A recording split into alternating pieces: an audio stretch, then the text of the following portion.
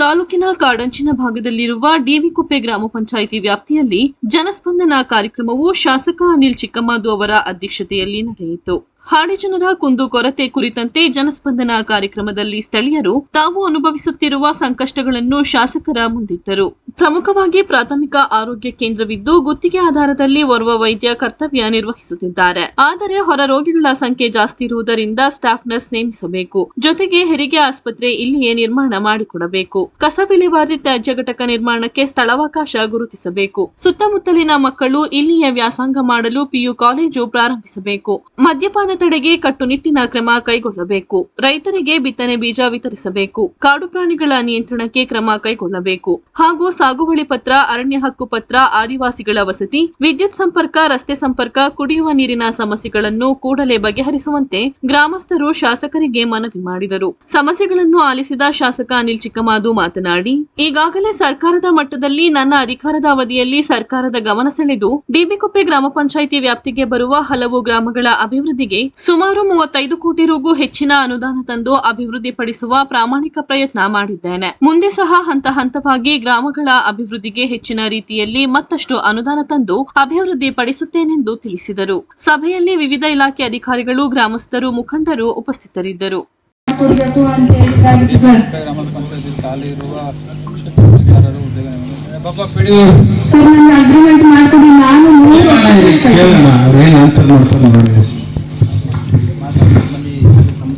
ಸಮಸ್ಯೆ ಇದೆ ಸರ್. ನಮ್ಮಲ್ಲಿ ಇದು ಸ್ವಚ್ಛ ಏನು SDM ಇದಿದೆ, ಸ್ವಚ್ಛ ಘಟಕ, ಸ್ವಚ್ಛ ಸರ್ವೇಕ್ಷಣೆ ಘಟಕ, ಅದು ನಿರ್ಮಿಸಕ್ಕೆ ನಮ್ಮಲ್ಲಿ ಜಾಗ ಇಲ್ಲ. ಜೊತೆಗೆ ಅನುದಾನದ ಕೊರತೆ ಇದೆ ಸರ್. 15 ಹಣಕಾಸು ಕಳೆದ ವರ್ಷದಿಂದ ಬಂದಿಲ್ಲ.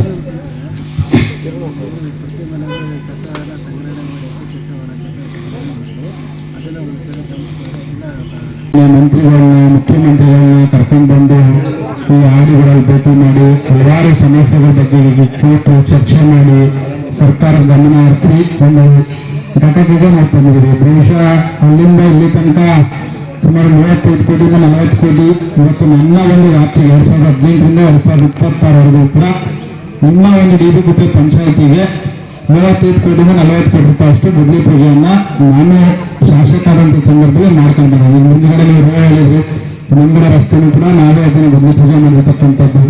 ಇವಾಗ ಕಡೆಗೆ ತಾವು ಮಾತಾಡಿದ್ರಿ, ಆ ಸ್ಕೂಲ್ ಮನೆಗಿದ್ರು ಕೂಡ ನಾನೇ ಬದಲಿ ಪೂಜೆ ಮಾಡಿರ್ತಕ್ಕಂಥದ್ದು. ಬಹಳಷ್ಟು ಹಾಡಿಗಳಿಗೆ ಸುಮಾರು 18 ಹಾಡಿ ಈ ವ್ಯಾಪ್ತಿಗೆ ಸಂಬಂಧಪಟ್ಟಂತೆ ಏನ್ ಬರ್ತದೆ 18 ಹಾಡಿಗೂ ಕೂಡ ನಾನು ಭೇಟಿ ಮಾಡಿದ್ದೀನಿ.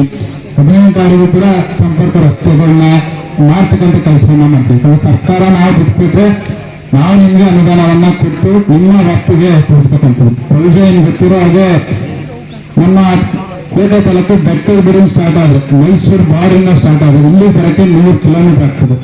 ನಮ್ಮ ಭೀಮನಹಳ್ಳಿಯಿಂದ ಸ್ಟಾರ್ಟ್ ಆದ್ರೆ ಬೇಗೂರು ತನಕ ಹತ್ತು ನಾವು ಬರ್ಬೇಕಾಗ್ತದೆ. ಬೇಗೂರಿಂದ ಎಡೆಯಾಲಲ್ಲಿ ಬಲ್ಸ್ಬಿಟ್ಟು ದೇವಸ್ಥಾನ ಅದು ನೋಡ್ಕೊಂಡು ಸುತ್ತ ನಿಮ್ಗೆ ನಮ್ಮ ತಾಲೂಕು ಸರೌಂಡಿಂಗ್ ಮಾಡಿದ್ರೆ 610 ಕಿಲೋಮೀಟರ್ ಕ್ಷೇತ್ರ ಆಗುತ್ತದೆ. ಯಾಕಂದ್ರೆ ಇಡೀ ಮೈಸೂರು ಜಿಲ್ಲೆಯಲ್ಲೇ ಅತ್ಯಂತ ದೊಡ್ಡ ಕ್ಷೇತ್ರ ಆಗಿರೋದು ಅದು ಯಗಡದೇವನಕೋಟೆ ಕ್ಷೇತ್ರ. ಈ ಆಂಟೋಷನಲ್ಲಿ ಬರೋಕೆ 50 ಕಿಲೋಮೀಟರ್, ಅಲ್ಲಿಂದ ಬೆಟ್ಟದ ಬಿಡೋಕೆ 100 ಕಿಲೋಮೀಟರ್ ವ್ಯಾಪ್ತಿಗೆ ಬರ್ತಕ್ಕಂಥದ್ದು.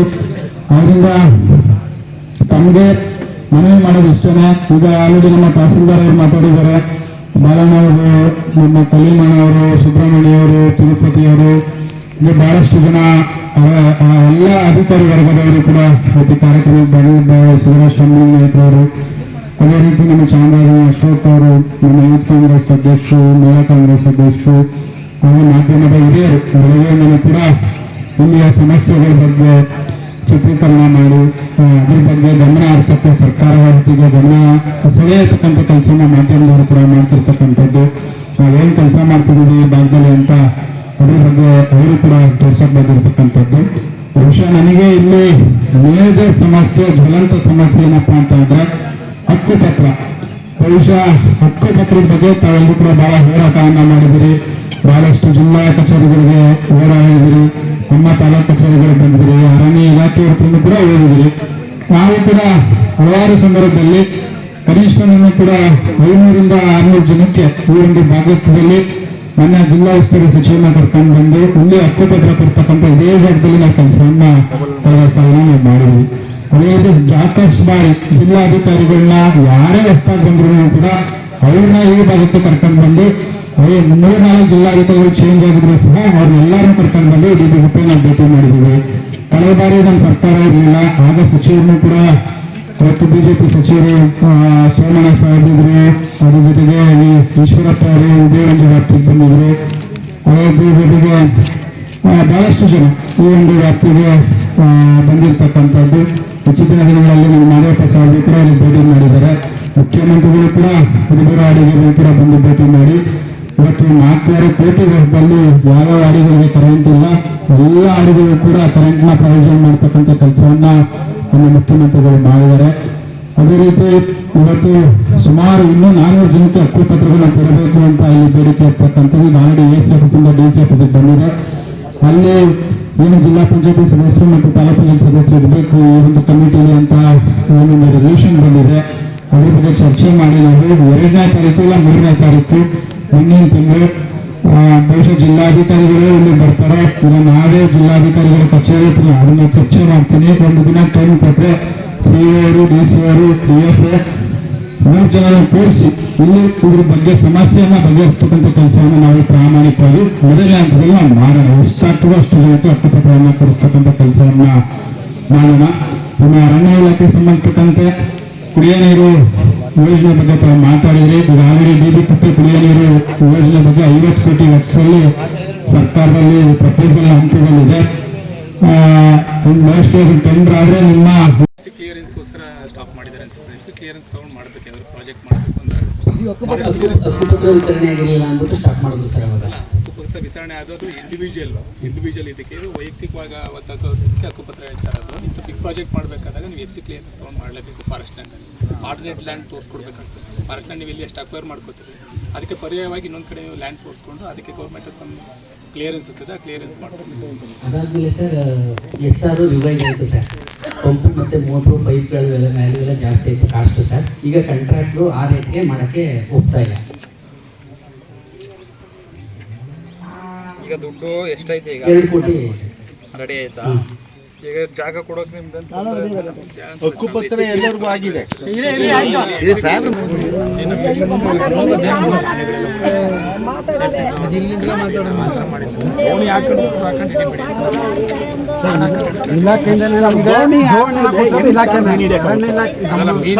ಹಣ ಹಾಕು ಹಿಡಿತಾರಲ್ಲ ಸರ್,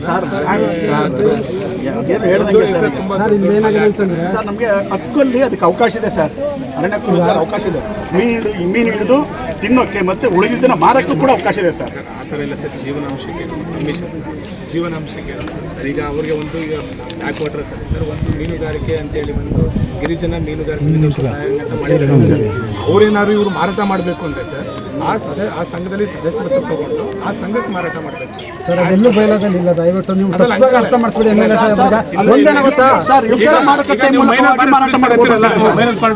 ಎಲ್ಲಿ ಕೊಡ್ತೀರಿ?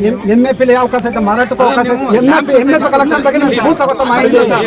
ಇಲ್ಲಿ ಕೇಳಿ ನೀವು ತಪ್ಪುವಾಗಿ ಮಾಡಬಾರ್ದು ಸರ್. ಸ್ತ್ರೀ ಶಕ್ತಿ ಸಂಘಗಳ ಮೂಲಕ ಮಾರಾಟ ಮಾಡಬಹುದು ಸರ್. ಮತ್ತೆ ಅರಣ್ಯ ಕಮಿಟಿ ಏನು ಇಲ್ಲಿ ನಮ್ಮ ಕಮಿಟಿ ಇದೆ, ಆ ಕಮಿಟಿ ಏನು ನಿರ್ಧಾರ ತಗೊಳುತ್ತೆ ಸರ್, ಅದರ ಪ್ರಕಾರವಾಗಿ ನಾವು ಮಾರಾಟ ಮಾಡಬಹುದು ಸರ್. ಮತ್ತೆ ಸರ್ ಅವಕಾಶ ಇದೆ ಮತ್ತೆ ಅವ್ರಿಗೆಲ್ಲ ಕೊಟ್ಟಿರೋದು ನಮ್ಮ ಸಮಾಜ ಕಲ್ಯಾಣ ITDP ಅವರೇ ಕೊಟ್ಟಿರ್ಬೇಕಾದ್ರೆ ಇಲ್ಲಿ ಇಡೀಲಿಕ್ಕೆ ತೊಂದರೆ ಕೊಡ್ತಾರೆ. ಅವರು ಇವ್ರದ್ದು ಈಗ ವೈಲ್ಡ್ ಲೈಫ್ ಇವರು ಬೋರ್ಡ್ ಮೆಂಬರ್ ಇದಾರಲ್ವಾ, ಸ್ಟೇಟ್ ಬೋರ್ಡ್ ಮೆಂಬರ್ಸ್ ಇದ್ದಾರೆ. ಒಂದು ಸಬ್ಮಿಷನ್ ಸರ್. ಈಗ ನಮ್ಮಲ್ಲಿ ಫಾರೆಸ್ಟ್ ಪ್ರೊಡ್ಯೂಸ್ ಏನೇ ಕಲೆಕ್ಟ್ ಮಾಡಿದ್ರೆ ಇಮಿಡಿಯೇಟ್ ಅವರು ಲ್ಯಾಂಡ್ ಸೊಸೈಟಿಗೆ ಹೌದು. ಜಯಂತ ಎಲ್ಲೋ ಲ್ಯಾಂಪ್ಸ್ ಕಂತಿಲ್ಲ ಅಥವಾ ನೀವು ಹೇಳ್ದಂಗೆ ಎಲ್ಲೋ ಲ್ಯಾಂಪ್ಸ್ ಕಂತಿಲ್ಲ. ಸಬ್ಮಿಷನ್ ಕೇಳಿ. ಅದು ನಿಮಗೊಂದು ಮಾರ್ಕೆಟಿಂಗ್ ಮಾಡ್ಕೊಂಡಿರತ್ತ ವ್ಯವಸ್ಥೆ. ನಿಮಗೆ ಮಾರ್ಕೆಟಿಂಗ್ ಇಲ್ಲ, ಅದನ್ನ ಮಾರ್ಕೆಟಿಂಗ್ ಪ್ಲಾಟ್ಫಾರ್ಮ್ ನ ಒಂದು ಲ್ಯಾಂಪ್ ಸೊಸೈಟಿ ಅಂತ ಹೇಳಿ ವಿವಿಧ ಮೀನುಗಾರಿಕೆ ಸಂಘಟನೆ ಮಾಡ್ಕೊಟ್ಟಿರೋದು. ಮಾರ್ಕೆಟಿಂಗ್ ಮಾಡಕ್ಕೆ ನಿಮ್ಗೆ ಅವಕಾಶ ಮಾಡ್ಕೊಟ್ರು.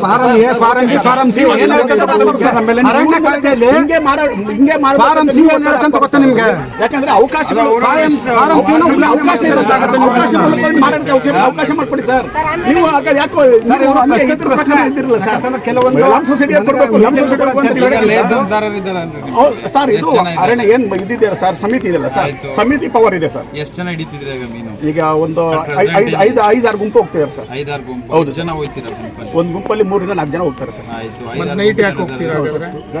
ಹಗಲೊತ್ತೆ ಬಿಡಿ ಸರ್, ಸರ್ ಹಗಲೊತ್ತಲ್ಲಿ ಹಗಲೊತ್ತಾದ್ರೆ ತಂದು ಕೊಡ್ತೀವಿ. ನೈಟ್ ಹೋಗ್ತೀರಾ ಅಂತ ನೀವು ಹೇಳಿದ್ರೆ ಸರ್.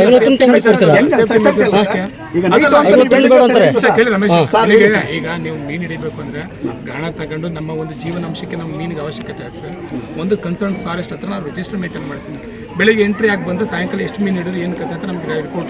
ಗಾಣ ಒಂದೇ ಅಲ್ಲ ಸರ್, ಅದೆಲ್ಲ ಕೇಳಿ ಒಂದು ನಿಮಿಷ. ನಾವು ಈಗ ವಾದ ಮಾಡಬೇಕು ಅಂತ ಬಂದಿದ್ದೀವಿ. ಸೊಲ್ಯೂಷನ್ ಬೇಕಾಗಿದೆ. ಸೊಲ್ಯೂಷನ್ ಬೇಕು ಅಂತಂದ್ರೆ ಒಂದು ನಮ್ಮ ಫಾರೆಸ್ಟ್ ಹತ್ರ ಒಂದು ರಿಜಿಸ್ಟರ್ ಇರಿಸ್ತೀವಿ ಆಯ್ತಾ. ಎಂಟ್ರಿ ಕೊಡಿ. ಅನ್ನೆಸೆಸರಿಯಾಗಿ ನೈಟ್ ಹೋಗೋದು ಅದೆಲ್ಲ ಮಾಡೋದು ನಿಮ್ಮ ಕಡೆಯಿಂದ ಅವಾಯ್ಡ್ ಮಾಡ್ತೀವಿ. ನಾನು ಇಲ್ಲೇ ಹೇಳ್ತಿಲ್ಲ ಸರ್. ಬೆಳಿಗ್ಗೆ ಕಾರಣ ಏನಂದ್ರೆ ಬೆಳಿಗ್ಗೆ ಅವಕಾಶ ಇಲ್ಲ. ಬೆಳಿಗ್ಗೆ ಅವಕಾಶ ಇಲ್ಲ. ಅವಕಾಶ ಕೊಡ್ತಿಲ್ಲ.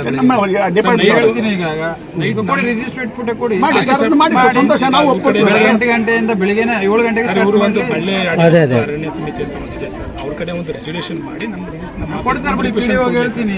ಇಲ್ಲ ಇವರಲ್ಲೇ ಇರ್ತದೆ. ಮಾಡ್ತೀವಿ, ಅವಕಾಶ ಕೊಡಿ ಅಂತ ಕೊಡಿ, ನಾವು ಕೊಡಿಸುವ. ಸರ್ ಇದು ಏನು ಪ್ರಾಬ್ಲಮ್ ಅಂದ್ರೆ ಸರ್ ಅವಕಾಶ ಅಲ್ಲ ಸರ್, ನಮ್ಗೆ ಅವಕಾಶ ಇರೋದು ಸರ್ಕಾರ ನಮ್ಗೆ ಅವಕಾಶ ಕೊಟ್ಟಿದೆ. ಅದಕ್ಕಿಂತ ಬೆಳಿಗ್ಗೆ ಹೊತ್ತು ಮಾಡಿ ಅಂತ ಅವ್ರು ಹೇಳ್ತಾರಲ್ಲ. ನಿಮ್ಮ ಸೊಲ್ಯೂಷನ್ ತಗೊಳ್ತೀವಿ ಸರ್. ನಾವು ಸೊಲ್ಯೂಷನ್ ತಗೊಳ್ಳಲ್ಲ ಅಂತ ಹೇಳ್ತಿಲ್ವಲ್ಲ. ಆಯ್ತು, ಹಂಗೆ ಮಾಡಿಸಿ, ಅವಕಾಶ ಮಾಡಿ.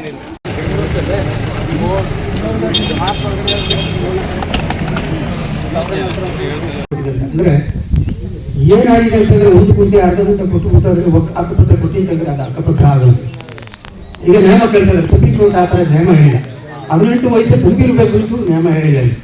ಅದು ತುಂಬ ಒಂದು ಗೊಂದಲ ಆಗಿದೆ ನಮಗೆ. ಅದನ್ನ ತಿದ್ದುಪಡಿ ಮಾಡಿ 18 ವಯಸ್ಸು ತುಂಬಿರೋದಿಗೆ ಅವನ ತಂದೆ ಇಲ್ಲ, ತಾಯಿ ಇಲ್ಲ, ಅವನ ಒಬ್ಬನಿದ್ದಾನೆ, ಅವನಿಗೆ ಬದುಕಬೇಕು ಹಾಕ್ಬೇಕಲ್ಲ.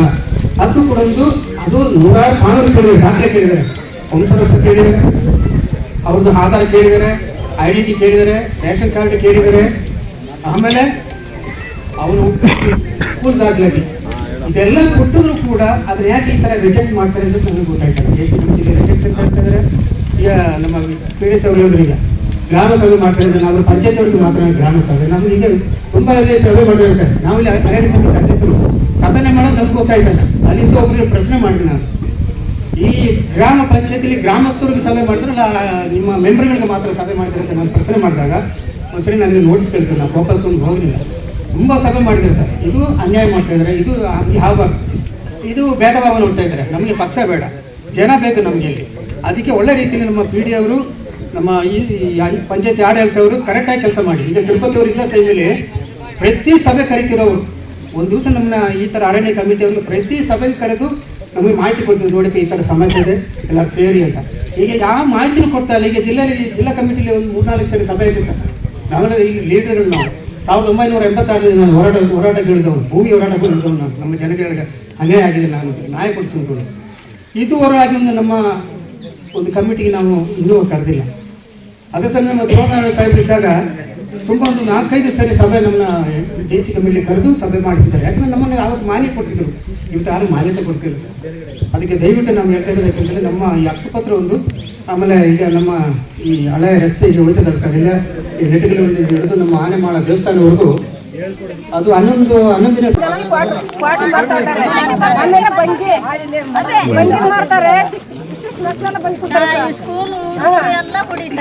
ಬರೋ ಮಕ್ಕಳೆಲ್ಲ ಕ್ವಾರ್ಟರ್ಗಳು ಕೊಡ್ತಾರೆ. ಊಟ ಮಾಡೋದಕ್ಕೆ ಆಗಲ್ಲ. ಅದಕ್ಕೆ ನಾವು ಊಟ ಮಾಡದೆ ಈ ತರ ಇರೋದು.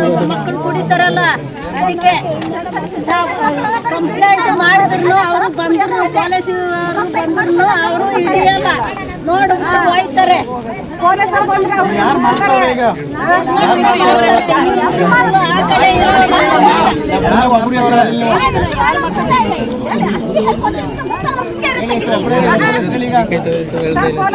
ಅವ್ರಿಗೆ ಮುಂದ್ಕೊಡ್ತಾರೆ.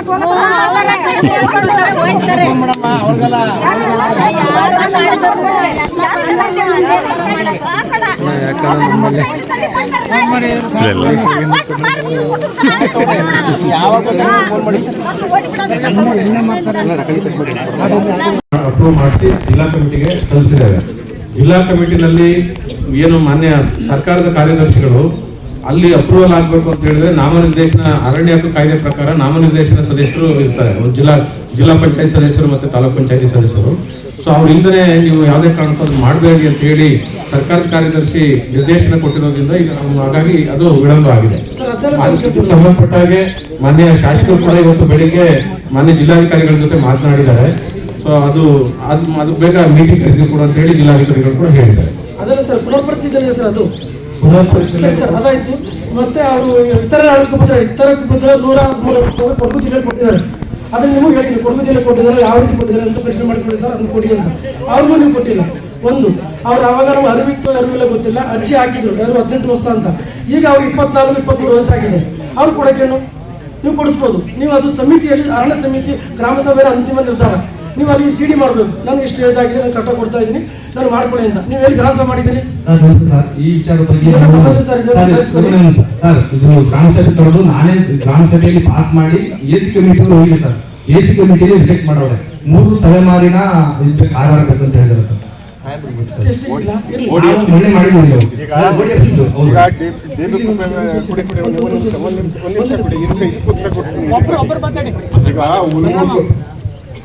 ನಮ್ಮ DB ಇವತ್ತು ಸುಮಾರು 444 ಕೊಟ್ಟಿದ್ದೀವಿ, ಮತ್ತೆ 375 ಬ್ಯಾಲೆನ್ಸ್ ಇದೆ. 81 ಕ್ರೀಡಾಗೊಂಡಿದೆ 18 ವರ್ಷ. ಇದೇ ಅರ್ಜಿ ಭೋಗಪುರ ಮತ್ತೆ ಉಳ್ಮೂಟ್ಲು ಮತ್ತೆ ಹೊಸೂರು ಈ ವಯಸ್ಸಿನವರೇ ಇಲ್ಲೇ ಅರ್ಜಿ ಹಾಕಿದ್ರು. ಇಲ್ಲಿ ಭೋಗಪುರದವರು ಮತ್ತೆ ಉಳ್ಮೂಟ್ಲವರು ಹೊಸೂರವರು ಈ ಊರವ್ರಿಗೆ ಹಕ್ಕುಪತ್ರ ಕೊಟ್ಟಿದೆ. ಅದೇ ವಯಸ್ಸಿನವರು ಈ ಗೋಳೂರು, ಮಚ್ಚೂರು ಮತ್ತೆ ಈ ತರ ಕಡೆಗದ್ದೆ ಡಿಡುಕೊಪ್ಪೆ ಆ ವಯಸ್ಸಿನವರೇ ಅರ್ಜಿ ಹಾಕಿರೋದು. ಅವ್ರಿಗೆ ಯಾಕೆ ತಿರಸ್ಕೃತ ಆಯ್ತು? ಇವ್ರದ್ದು ಇದಾಯ್ತು, ಅವ್ರಿಗೆ ಆಗಲ್ವಾ? ಗ್ರಾಮ ಸಭೆಯಲ್ಲಿ ಪಾಸ್ ಮಾಡಿ AC ಕಮಿಟಿಗೆ ರಿಜೆಕ್ಟ್ ಮಾಡಬೇಕು. AC ಕಮಿಟಿ ಹೋಗಿತ್ತಂದ್ರೆ ನಮ್ಗೆ ಇನ್ನು 494 ಹಕ್ಕುಪತ್ರ ಕೊಟ್ಟಿರೋದು ಇದೇ ವಯಸ್ಸಿನವರು. ಅದನ್ನ ಪ್ರಶ್ನೆ ಮಾಡಬೇಕು, ಅಲ್ಲಿ ನನಗೆ ಕೇಳಿದೆ. ಹಕ್ಕುಪತ್ರ ಅಮ್ಮ ಇನ್ನೊಂದು 2-3 ತಿಂಗಳಲ್ಲಿ ಹಕ್ಕುಪತ್ರ ಕೊಡ್ತೀವಿ. JKಗೆ ಮನೆಗಳು ಬಂದೈತಲ್ವಾ, ಕೆಲವರು ಎರವಾಸು ಸೋಲಿಗರು ಯಾರಿದ್ದಾರೆ ಅವ್ರಿಗೊಂದು 3-4 ತಿಂಗಳು ಆದ್ಮೇಲೆ ನಾವು ಮನೆಗಳು ಕೊಡೋಕೆ ಪ್ರಾವಿಷನ್ ಮಾಡ್ತೀವಿ. ಯಾರೇ ಬಿಲ್ಲು 70,000 ಬಿಲ್ಲು ಪೆಂಡಿಂಗ್ ಇರ್ತಿದ್ದು ಮತ್ತೆ ಇನ್ನೊಂದ್ಸತಿ ಇನ್ನೊಂದು 3-4 ತಿಂಗಳಾದ್ಮೇಲೆ ಅದನ್ನು ಕೂಡ ಮನೆಗಳು ಬರ್ತದೆ. ಕೊಡ್ತಾ ಇದೀವಲ್ಲ ರೇಷನ್ಸ್ ಎಲ್ಲ. ಈಗ 6 ತಿಂಗಳು ಫುಡ್ ಕೊಡಿ, 1 ವರ್ಷ ರೇಷನ್ ಕಾರ್ಡ್ ಹೇಳ್ತಾರೆ ಅವರು. ಈಗ ತಂದೆ ಮಗ ಒಂದೇ ಇದ್ರಲ್ಲಿ ಇರ್ತೀರ ಕುಟುಂಬದಲ್ಲಿ 6 ಜನ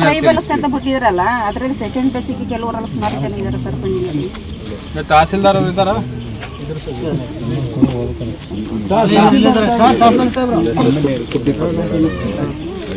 ಫುಡ್ ಡಿಪಾರ್ಟ್ಮೆಂಟ್ ಯಾರಿದ್ರು?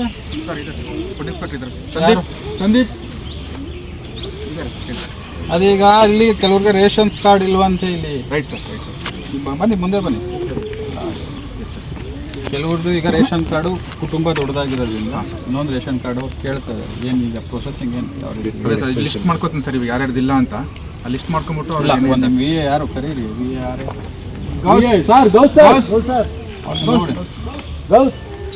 ಒಂದು ಲಿಸ್ಟ್ ಮಾಡ್ಕೊಂಬಿಟ್ಟು ಸರ್ ಅದನ್ನ ತಗೊಂಡು ಅದನ್ನ ಅಪ್ಲಿಕೇಶನ್ ಹಾಕ್ಸಿ. ಎಷ್ಟು ಜನದಿಲ್ಲ ನಿಮ್ಮ ಪ್ರಕಾರ? 22 ಜನ. 22 ಕುಟುಂಬ ಅನುದಾನ ತಂದು ಇನ್ನೂ ಹೆಚ್ಚಿನ ರೀತಿಯಲ್ಲಿ ಕೆಲಸ ಮಾಡ್ತೀವಿ, ಮತ್ತೆ ನಮ್ಮ PH ಇಲ್ಲೇ ಇರಬೇಕು.